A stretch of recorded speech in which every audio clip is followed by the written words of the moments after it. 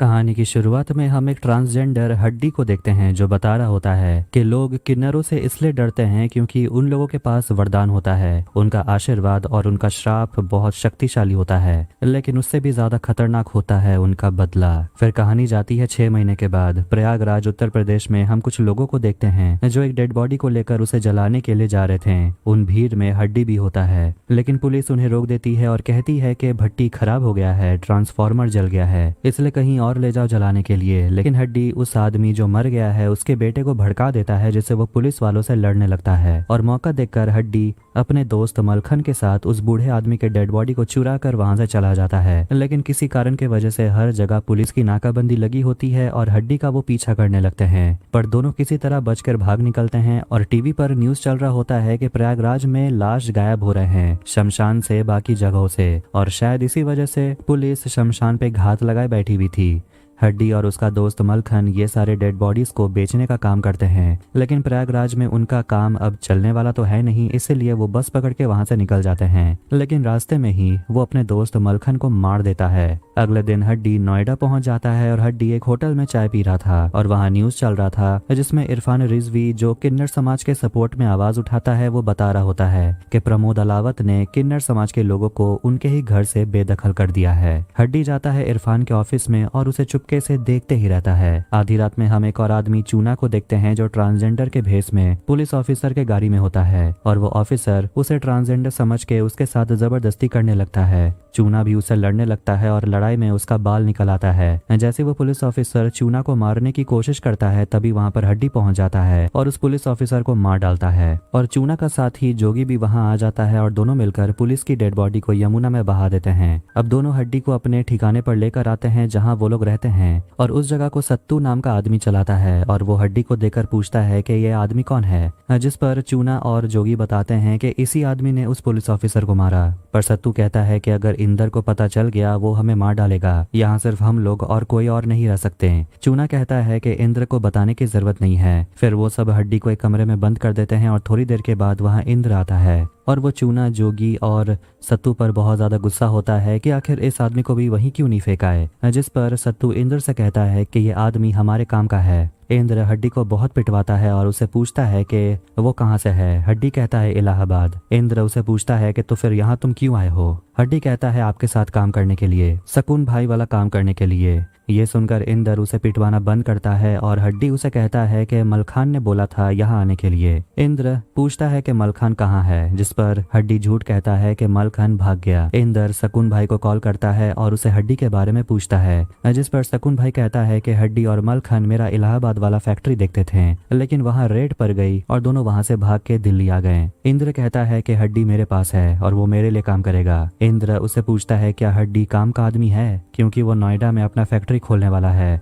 जिसमें प्रमोद भी शामिल होगा। सकून भाई उसे कहता है कि हड्डी तुझे 1 साल में माला माल बना देगा और तू उस पर भरोसा कर सकता है। इंद्र प्रमोद के असिस्टेंट विवेक से मिलता है और उसे बताता है कि वो नोएडा वाले फैक्ट्री को संभालेगा और बदले में वो चाहता है कि वो अपने कॉन्स्टिट्यूएंसी से इलेक्शन में खड़ा हो, जिसके लिए वो प्रमोद का साथ चाहता है। विवेक उसे कहता है काम हो जाएगा। इंद्र हड्डी से कहता है कि तुझे यह फैक्ट्री संभालना होगा, लेकिन इसके बारे में बाकियों से कहने की जरूरत नहीं है। विवेक इंद्र से इलेक्शन में खड़े होने के लिए 5 करोड़ डिमांड करता है और कहता है कि पार्टी का इंतजाम कर देने के लिए, क्योंकि प्रमोद के बेटे सुनील का जन्मदिन है। और जब इंद्र नहीं मानता तो विवेक जाता है सत्तू भाई के पास और उसे कहता है पार्टी का इंतजाम कर देने के लिए। तो वहीं इंद्र और उसके गैंग मिलकर अपने क्लाइंट से पैसे लूटने में लगे रहते हैं, उन्हें ब्लैकमेल करके और उनका प्राइवेट वीडियो बनाकर। एक दिन इंद्र और हड्डी जाते हैं एक सेमिनार में जहां प्रमोद अलावत स्पीच दे रहे होते हैं और वो नोएडा को एक स्मार्ट सिटी बनाएंगे ऐसा वो बोलते हैं। इसके लिए उन्हें कुछ भी करना पड़े वो करेंगे, ट्रांसजेंडर को शहर से बाहर फेंकवाना पड़े वो भी करेंगे। स्पीच खत्म होने के बाद वहाँ बहुत सारे किन्नर आ जाते हैं और वो प्रमोद से सीधे सीधे बात करने की मांग करते हैं और कहते हैं कि उन्हें उनके ही घर से बेदखल कर दिया गया और बदले में उन्हें पैसे नहीं चाहिए। लेकिन तभी वहाँ पर हड्डी आ जाता है एक ट्रांसजेंडर के अवतार में और वो उन हिजड़ों से लड़ता है और उन्हें रोकने के लिए प्रमोद उनकी लड़ाई के बीच में चला जाता है, जिससे उसके सिर पे चोट लग जाती है। प्रमोद को पता चलता है कि एक सेलिब्रिटी रिपोर्टर गोस्वामी उसका इंटरव्यू लेना चाहता है, जिस पर वो बहुत खुश होता है और वो इंदर से कहता है कि उसे कहा गया था कि वो सारे ट्रांसजेंडर जो नहीं जाना चाहते उन्हें मार डालने के लिए, लेकिन इंदर ने ऐसा नहीं किया। फिर गुस्से में प्रमोद, इंदर और हड्डी पहुंचते हैं इरफान के ऑफिस में और प्रमोद इरफान को धमकाता है कि मेरे जमीन के मामले में मत पड़, मुझे तुझसे कोई प्रॉब्लम नहीं है, लेकिन मेरे मामले में टांग मत लड़ा। ये सब कुछ देखकर हड्डी को बहुत बुरा लगता है। अब वापस घर पर हड्डी सत्तू भाई के साथ बात कर रहा था कि इंसानों के बीच कौन सा रिश्ता ज्यादा मजबूत होता है, पैसों का या फिर खून का। सत्तू भाई कहता है कि हर इंसान के अंदर एक जानवर होता है, हमें रिश्ता उसी से बनाना पड़ता है।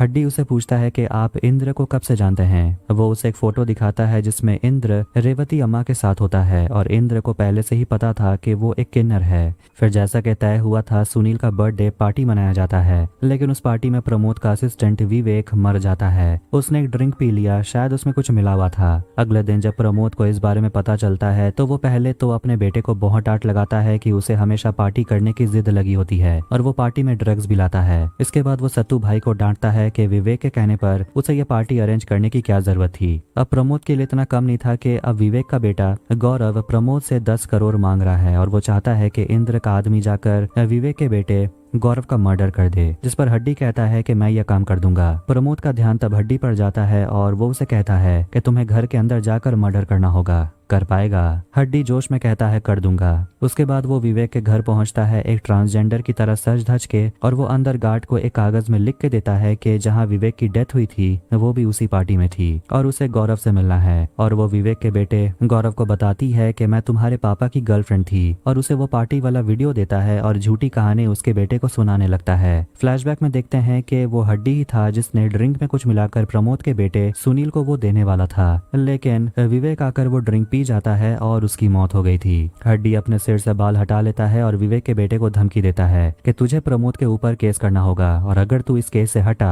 तो मैं तेरी जान ले लूंगी। लेकिन हड्डी यहाँ तक आया है तो उसे गोली तो मारना ही होगा, वरना प्रमोद को पता चल जाएगा कि उसका प्लान कुछ और है। इसीलिए वो गौरव को गोली मार देता है और वहां से भाग जाता है। लेकिन सिक्योरिटी गार्ड हड्डी पर गोली चलाने लगते हैं जिससे हड्डी को गोली लग जाती है। वो बेहोश होने लगता है और हम एक फ्लैशबैक में जाते हैं जब हड्डी का सेक्स चेंज ऑपरेशन हुआ था और रेवती अम्मा उसका ख्याल रख रही थी और हम देखते हैं कि उस समय इरफान और हड्डी एक दूसरे से प्यार करते थे। हड्डी अपने घर आता है तो रेवती अम्मा उसका ख्याल रखती है और हड्डी ऑपरेशन होने के बाद अपने नए शरीर में खुद को एडजस्ट करने की कोशिश कर रहा था। हम देखते हैं कि हड्डी जब अपने पापा के साथ रहता था तो दोनों की आपस में बिल्कुल भी नहीं बनती थी और एक दिन एक बूढ़ी औरत हड्डी को रेवती अम्मा के घर लेकर आती है जहां और भी बाकी सारे किन्नर रहती थीं और उन्हीं के साथ वो रहने लगा। फिर एक दिन उस कोठे में चूना और सत्तू आते हैं और रेवती अम्मा को धमकाते हैं कि प्रमोद इस जमीन पर अपना प्रोजेक्ट खड़ा करना चाहता है, इसलिए जितना जल्दी हो सके इस जगह को खाली कर देने के लिए। फिर पूरे धूमधाम से रेवती घर पर बहुचरा माता की पूजा रखवाती है जिस पूजा में हड्डी भी शामिल होता है। तब उस समय हड्डी और मलखन सकून भाई के फैक्ट्री में काम किया करते थे और वहीं पहली बार वो इंद्र को देखा था। उस रात रेवती अपने घर पर सभी लोगों को हीरावन और मोहिनी की कहानी सुनाती है और बताती है कि महाभारत का युद्ध शुरू होने वाला था और युद्ध जीतने के लिए किसी अच्छे योद्धा की बलि देनी जरूरी थी जिसमें 32 खूबियां हों। पांडव के पास ऐसे 3 योद्धा थे, भगवान श्री कृष्ण, अर्जुन और अर्जुन के बेटे इरावन। और इरावन को चुना गया, लेकिन उसने एक अजीब सी शर्त रखी कि वो कुंवारा नहीं मरना चाहता। लेकिन कोई लड़की उसे शादी नहीं करना चाहती थी क्योंकि अगले ही दिन इरावन मर जाता। तभी श्री कृष्ण मोहिनी का रूप लेकर इरावन से शादी कर लेते हैं और पूरी रात मोहिनी इरावन की जीवन संगनी बनकर रहती है। अगले दिन इरावन का बलिदान हो गया और उसके बाद श्री कृष्ण अपने अवतार में आ गए और उन्होंने इरावन के बलिदान का बदला लिया। और ये कोठा रेवती अम्मा के परिवार से जुड़ा हुआ है, इसलिए रेवती अम्मा अपने इस घर को प्रमोद को नहीं बेचने वाली। एक दिन हड्डी इरफान से बात कर रही होती है जिससे वो प्यार करती है और कहती है कि मुझे लग रहा था कि तुम मुझे छोड़कर चले जाओगे अपनी नॉर्मल जिंदगी जीने के लिए किसी और लड़की से शादी करके।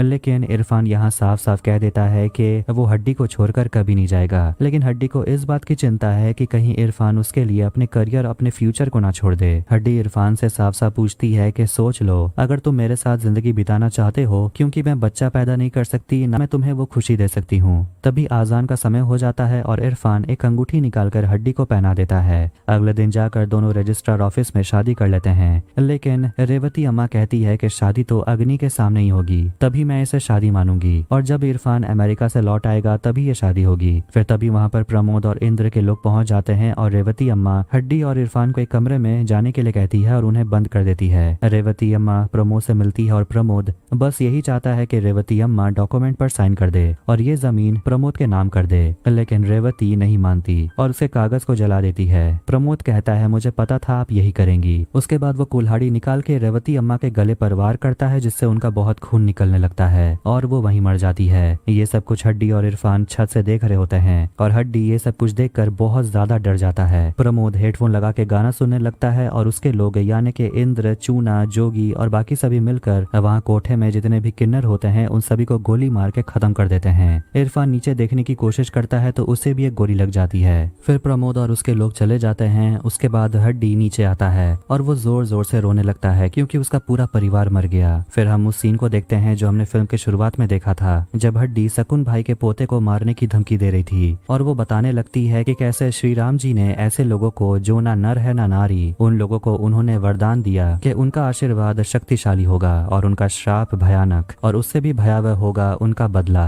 इससे डर के शकुन भाई सब कुछ सच बता देता है कि आमतौर पर देखा गया है कि किन्नर जिस जगह पर रहते हैं वहाँ का लीगल डॉक्यूमेंट उनके पास नहीं होता। प्रमोद ने ऐसे ही जगह को निशाना बनाया और उन जगह को छोड़ने के लिए कुछ लोग मान गए, कुछ लोगों को डराना धमकाना पड़ा, लेकिन रेवती अम्मा नहीं डरी और उनके पूरे घराने को मार दिया गया। हड्डी शकुन के पोते को छोड़ देती है और हड्डी अपने बाल काट लेती है, जिसके बाद वो लौट आई है इंद्र, सत्तू और प्रमोद से बदला लेने के लिए। प्रमोद जाता है विवेक के बेटे गौरव से मिलने के लिए जो आईसीयू में एडमिट है और डॉक्टर बताते हैं कि गोली दिल के नीचे से होकर निकली है। गौरव काफी लकी निकला और वो डेंजर से बाहर है और भले ही गौरव का मेडिकल इंश्योरेंस है फिर भी प्रमोद उसके हॉस्पिटल का खर्चा उठाना चाहता है ताकि वो बाहर जाकर अपना इमेज अच्छा दिखा सके। प्रमोद इंद्र को कॉल करता है और हड्डी के बारे में पूछता है और कहता है कि गौरव तो बच निकला। इंद्र कहता है कि अब क्या किया जा सकता है, हड्डी को भी तो गोली लगी है। हड्डी से मिलने के लिए इरफान आता है और हड्डी उसे बताता है कि वो उसका हड्डी ही है और वो यहाँ आया है रेवती अम्मा का बदला लेने के लिए, लेकिन वो प्रमोद को लीगल तरीके से हरा नहीं सकते। इंदर हड्डी को 50,000 देता है और उसे धमकी देता है कि अगर तू इलाहाबाद भागने की कोशिश करेगा तो मैं तुझे ऊपर पहुंचा दूंगा। ये सब कुछ सत्तू भाई चुपके से देख रहा होता है। उसके बाद हड्डी पुलिस ऑफिसर साठे को कॉल करता है और कहता है फैक्ट्री में मिलने के लिए। सत्तू भाई हड्डी का पीछा करने लगता है क्योंकि उसे हड्डी पर शक हो रहा था कि वो यहाँ किस मकसद से आया है और उसे 50,000 क्यों मिले। जब गौरव ठीक हो जाता है तो वो हड्डी को कॉल करता है और पूछता है कि आप मुझे प्रमोद के बारे में सबूत देने वाले थे। फैक्ट्री में आकर हड्डी पुलिस ऑफिसर साठे से मिलता है और पुलिस ऑफिसर उससे डेड बॉडी खरीदने का डील करते हैं और कहते हैं कि अपने पुराने साथी मलकन के साथ मिलकर ये काम करने के लिए, जिस पर हड्डी कहता है कि मलकन तो रेड के बाद गायब हो गया। पुलिस ऑफिसर सोचने लगते हैं कि गायब हो गया या तूने गायब कर दिया, और अगर मलकन नहीं है तो इंदर के लोगों के साथ मिलकर ये काम कर, और वो वहां से चला जाता है। फिर सत्तू भाई वहां पहुंचकर हड्डी से पूछने लगते हैं कि आखिर तू यहाँ कर क्या रहा है और ये सारे डेड बॉडीज का क्या मामला है। हड्डी कहता है तो फिर चलो डेड बॉडी को काटते काटते तुम्हें कहानी सुनाता हूँ। फिर वो बताने लगता है हड्डियों के धंधे के बारे में, और ये प्रमोद का बिजनेस है जो इंद्र संभालता है। जब इंसान मर जाते हैं तो उनके बॉडी का कोई काम नहीं रहता, लेकिन हड्डियां काम की चीज होती है।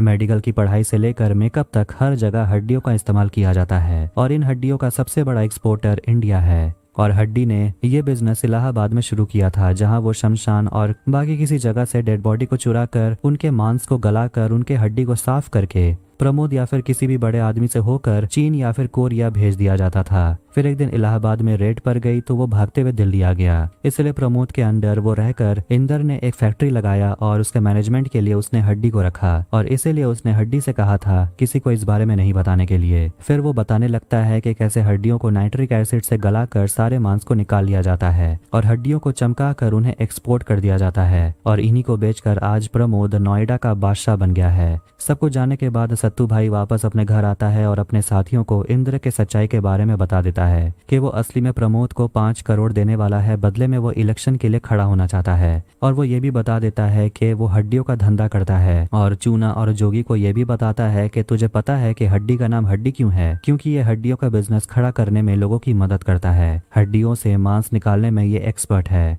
सत्तू भाई इंद्र को मारने के लिए बंदूक निकाल लेता है, लेकिन तभी प्रमोद इंद्र को कॉल करता है और उसे कहता है जल्दी से न्यूज देखने के लिए, जिसमें प्रमोद के बारे में बताया जा रहा था कि वो हड्डियों का स्मगलिंग करता है और प्रयागराज और बरेली में जितने भी डेड बॉडीज जब्त किए गए हैं उन सभी के पीछे प्रमोद के ही कंपनी का हाथ है। और ये सारे इन्फॉर्मेशन गौरव अपने सोशल मीडिया अकाउंट से पब्लिक कर चुका है। इस बात से प्रमोद काफी गुस्सा है और वो सोचता है कि इस बारे में दूसरों को कैसे पता चला। वो इंद्र से कहता है पता करने के लिए। इंद्र सौदा करता है कि इलेक्शन के टिकट के बदले में वो गौरव की जान लेगा। इंद्र इसके बाद अपना प्यार सत्तू भाई को दिखाने लगता है और कहता है कि तू 10 साल का था तब मैं तुझे रास्ते से उठाकर अपने घर लाया और तू मेरे साथ ऐसा करेगा। मैंने ये सब काम किया ताकि हम लोग थोड़े पैसे कमा सके। उसके बाद वो वादा करता है कि वो सभी को फैक्ट्री लेकर जाएगा। उसके बाद वो गौरव को मारेगा। फिर जैसे ही पुलिस प्रोटेक्शन में गौरव कोर्ट जा रहा था गवाही देने के लिए, इंद्र वहां जाकर गौरव को मार डालता है। लेकिन जैसे ही वो अंदर जाता है तो हड्डी उसे मार डालता है। और ये सब कुछ पुलिस ऑफिसर साठे और हड्डी का प्लान ही था। और वो बंदूक इंद्र के हाथ में पकड़ा देता है ताकि ऐसा लगे कि उसने खुद को मारा है। यहाँ हमें पता चलता है कि चूना हमेशा से हड्डी के साथ था, क्योंकि हड्डी ने उसे पैसे का लालच देकर कहा था कि वो महीने में 15 से 20 लाख रुपए कमा सकता है। इसलिए जब हड्डी ने इंद्र को मारा तो दूसरी तरफ चूना भी सत्तू भाई को गोली मार देता है। लेकिन वो इतनी आसानी से मरता नहीं। वो उसका गला दबाने लगता है और अपने दोस्त को बचाने के लिए जोगी वहां आता है। लेकिन सत्तू जोगी को मार डालता है। फिर जब सत्तू चूना को मारने वाला था, पीछे से हड्डी आकर सत्तू को 4 बार गोली मारकर उसे खत्म कर देता है। वहां एक रेफ्रिजरेटर वैन होता है जिसके अंदर बहुत सारी डेड बॉडीज होती है, वो भी बच्चे लोगों की। फिर वहां प्रमोद पहुंच जाता है और उसे अभी भी लगता है कि हड्डी उसके लिए काम कर रहा है और उसे कोई फर्क नहीं पड़ता, इंद्र और सत्तू मर गए हैं। प्रमोद हड्डी से कहता है कि ये सारी डेड बॉडीज मेडिकल कंपनी को 10 दिन में डिलीवर करना है, जिस पर हड्डी कहता है कि ये काम मैं नहीं करूंगा क्योंकि ये सारे बच्चे हैं। प्रमोद उसे पूछता है कि आखिर वो क्यों नहीं करेगा, बच्चे हो या बूढ़े ये तो डेड बॉडीज ही हैं। वैसे भी अगर हड्डी काम करता है तो उसे 60 से 70 लाख रुपए मिलेंगे, लेकिन हड्डी ये काम नहीं करने वाला।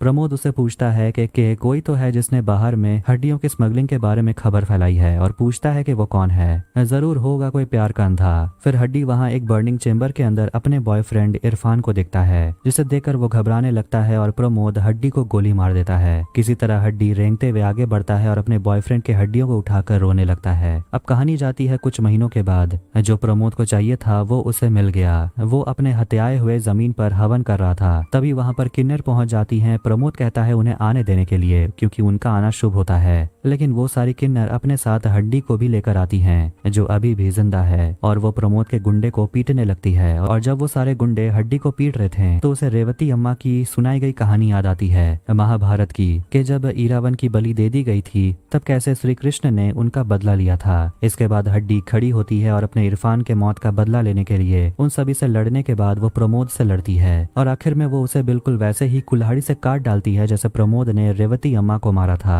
और प्रमोद को खत्म करके वो अपना बदला पूरा करती है। और इसी के साथ 2023 में रिलीज हुई हड्डी मूवी यही